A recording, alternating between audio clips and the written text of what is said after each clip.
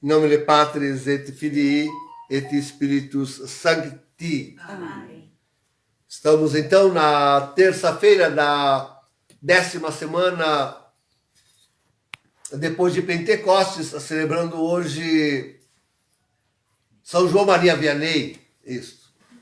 Então, no calendário reformado, é no dia 4, a igreja, sobretudo no Brasil, celebra no primeiro domingo o dia do padre. Então, de fato, São João é o modelo dos párocos. Né? A estrutura da igreja é esta. A igreja, são três igrejas numa. É a igreja universal, com o pastor próprio, o Romano Pontífice. Quando se diz pastor próprio, é porque ele tem responsabilidade sobre aquela porção do povo, no caso aqui, a universalidade dos fiéis. E ele representa aqui na igreja, não é um documento, mas é uma presença. Ele traz presente o Cristo no seu pastoreio, na sua autoridade, para aquela porção do povo. No caso do Romano Pontífice, universal. Então, ser pastor próprio quer dizer que toda aquela função que Jesus exerce para a humanidade, cada pastor próprio, o Romano Pontífice, exerce para a igreja inteira. Então, esse é um pastor próprio. Outro pastor próprio é o bispo diocesano.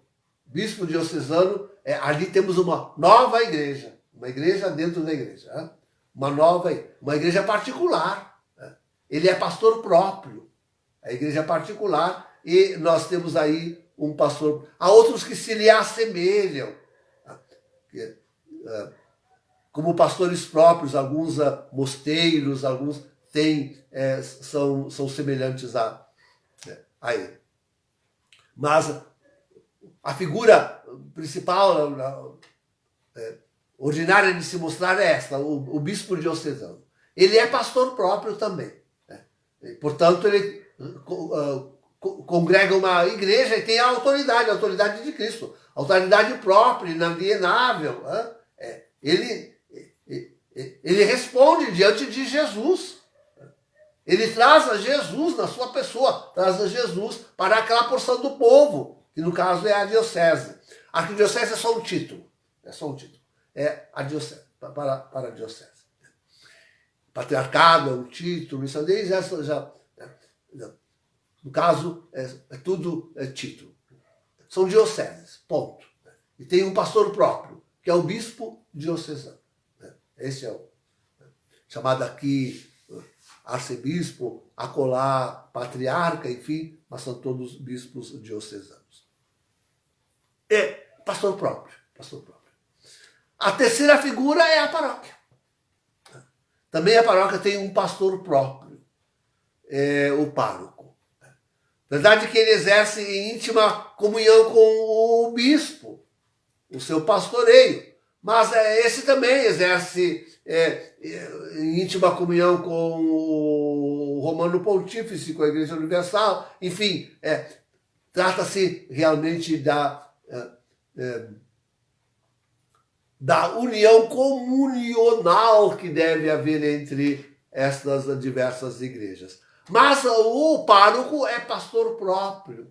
Ele também traz ali a figura de Cristo. E, portanto, o seu ministério, toda a sua autoridade e todo o seu serviço. Por que eu estou dizendo tudo isso, queridos? Estou dizendo tudo isto, sim, sobretudo falando hoje, festa de São João Maria Vianney, aos párocos. A situação dos párocos diante da igreja como tal. Né? Como tal.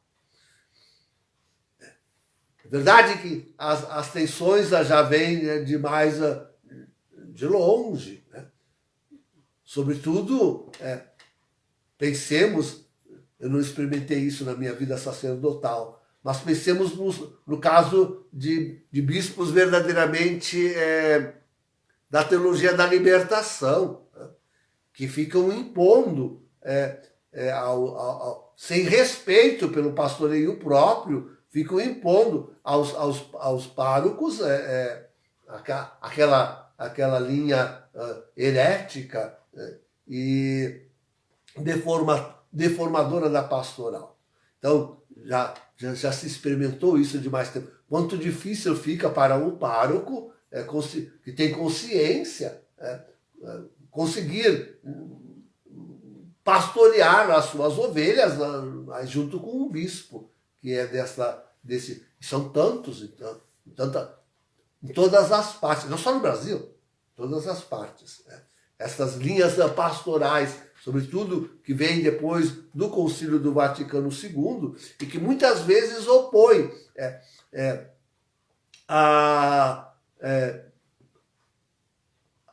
aquela igreja menor, que é a paróquia, a maior, que é a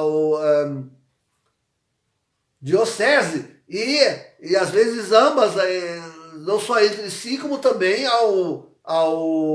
a pastoral que vem de Roma.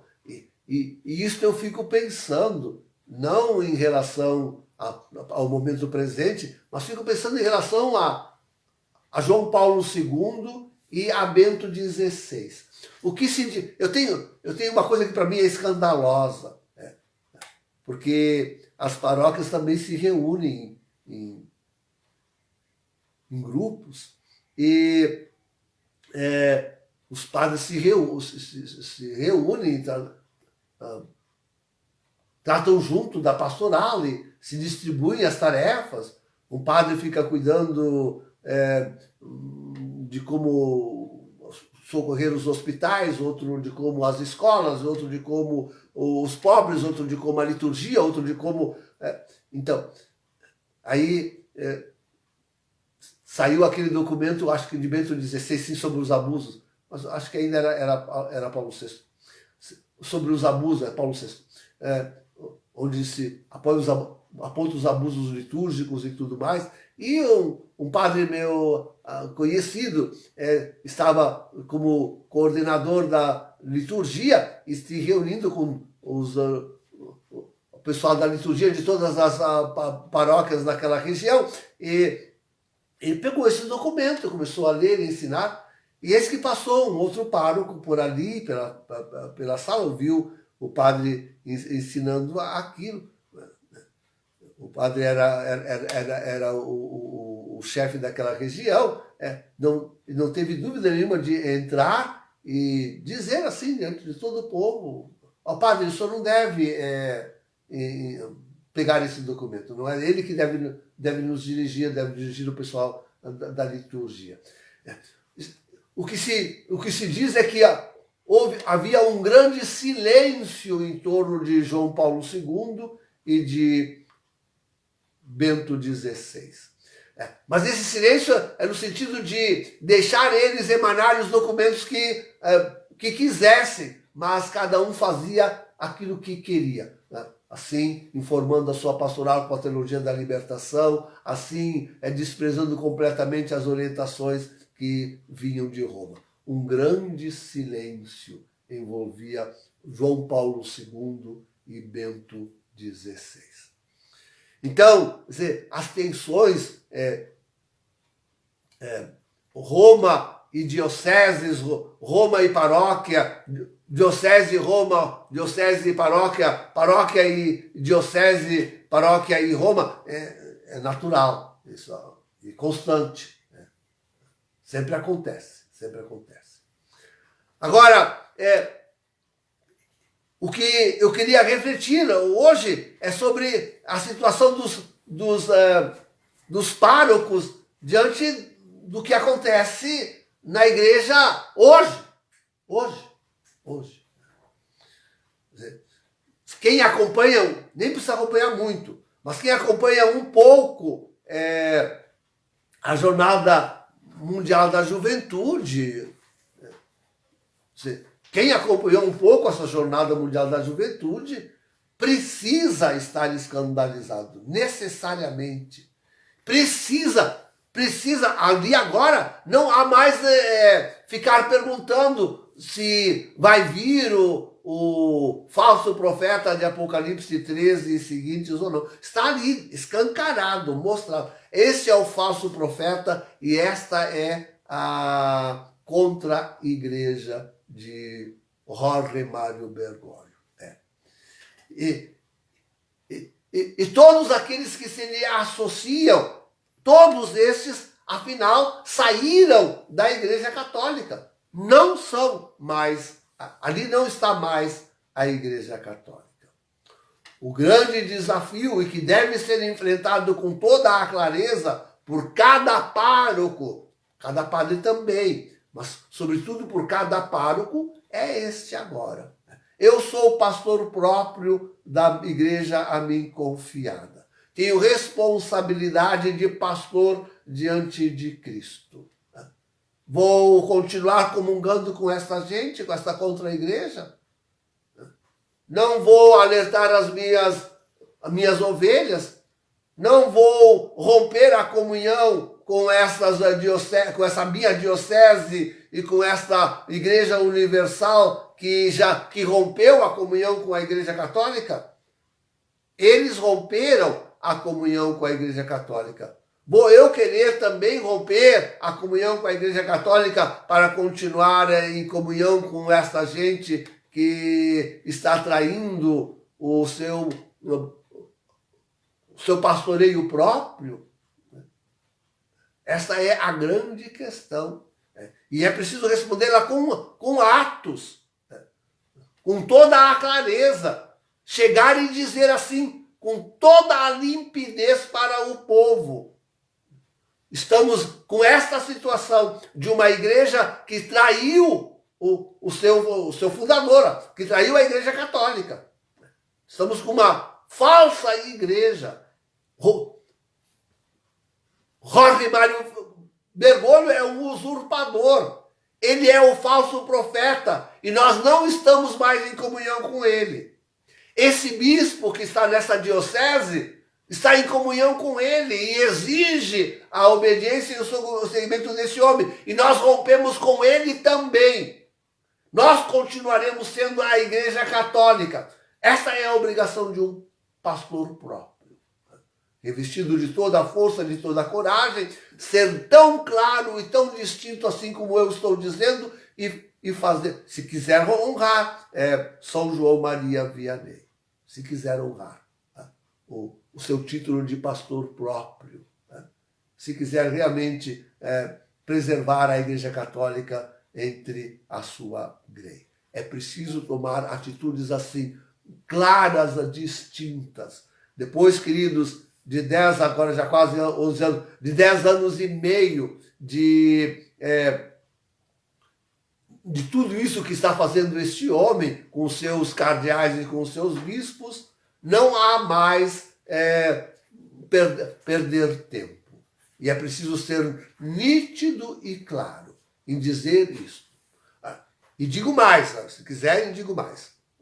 A igreja e a casa paroquial, enfim, tudo aqueles imóveis que estão sob o pároco, estão sob a sua administração. Ele é pastor próprio. Estão sob a sua administração. E o bispo não pode botar a mão mais naquilo. Ele dali se dirija como a Igreja Católica. Ponto e basta.